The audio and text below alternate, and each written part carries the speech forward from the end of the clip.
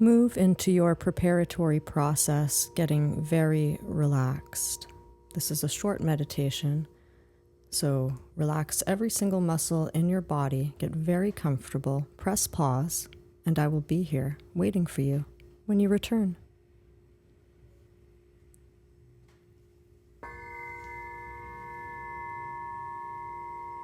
Abandon all effort. Find the silence beyond thoughts. And then simply remain. The rest happens quite naturally.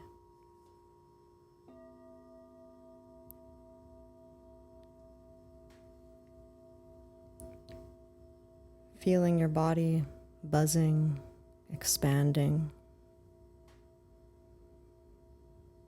all lit up like a rainbow, with red at the root, orange at the sacrum, yellow in the solar plexus, green at the heart, expanding. Take a moment to say thank you and feel your heart open even more. It's because of your open heart that you are now receiving the keys to your castle. And you have sky blue, electric sky blue at the throat, and electric royal blue in the head, and purple just on top. This glowing rainbow that you are lying there. In your mind's eye, in the dream space. You open the inner eye and you see a field full of clovers, and you see a rainbow, and you see a whole lot of leprechauns and gnomes collecting barrels and barrels of gold.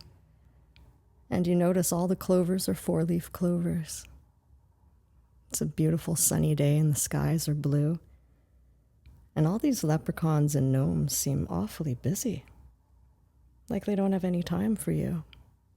They're working, loading up the gold in the wheelbarrows and bringing them off to their houses.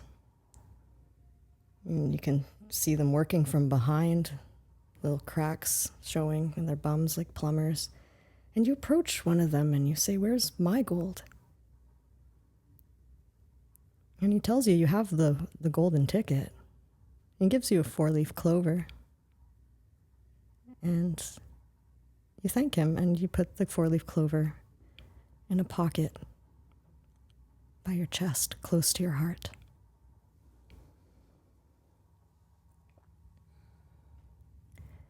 Now I'm going to take you on the ride of your life here. So to change your life, I hope you brought all your luggage with you, all your baggage, to go on a journey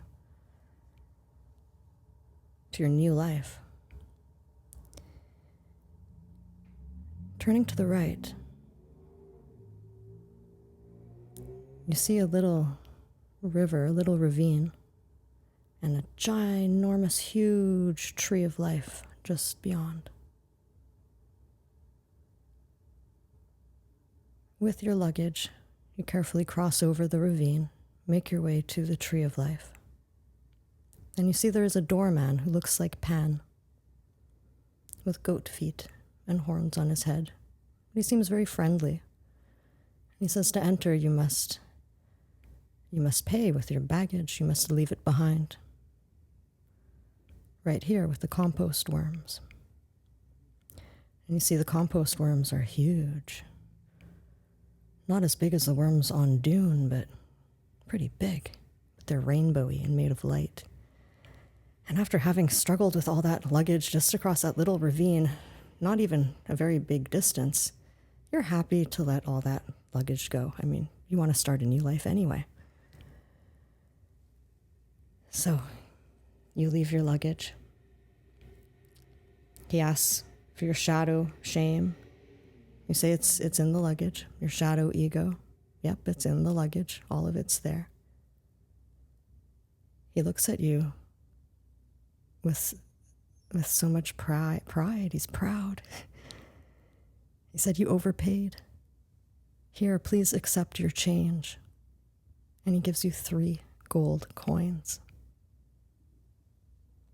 You accept the change. And then he shows you the door to the tree.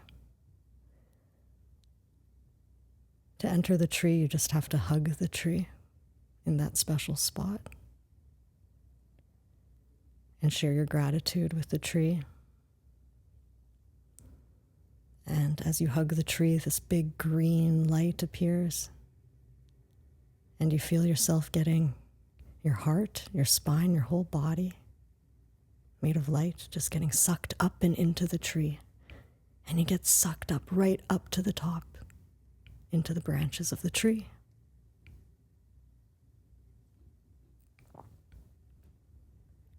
On top of the tree, there's Jaguar Woman with a whole pot of tea and a cup that's waiting for you. You notice the tea is bright blue, just like her eyes, almost like liquid light. Intuitively, because she doesn't speak, but she's telepathic, she tells you that the tea is made from the compost of your baggage. She invites you to drink with her. You take a sip. And you notice when you drink, it goes up instead of down. It goes up to your eyes, and your eyes turn blue.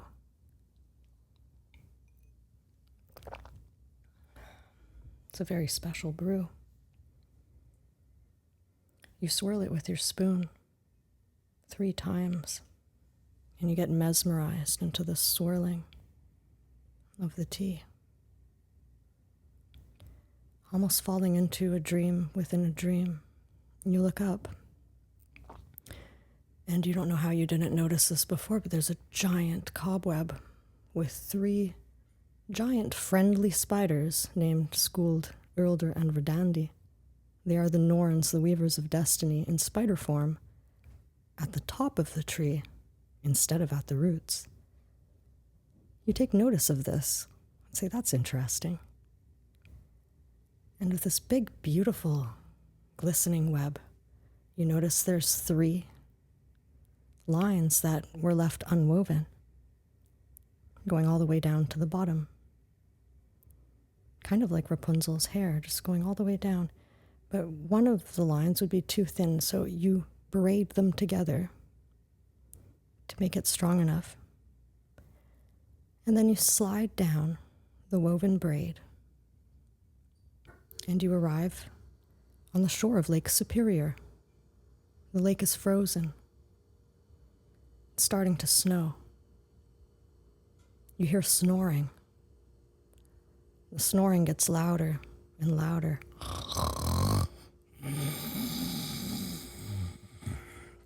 Who's snoring, you wonder? You're passing these masses, these lumps, these hills, and it appears to be alive.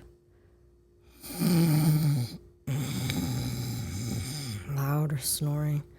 You realize it's the giant sleeping on the shore of Lake Superior, an aspect of yourself.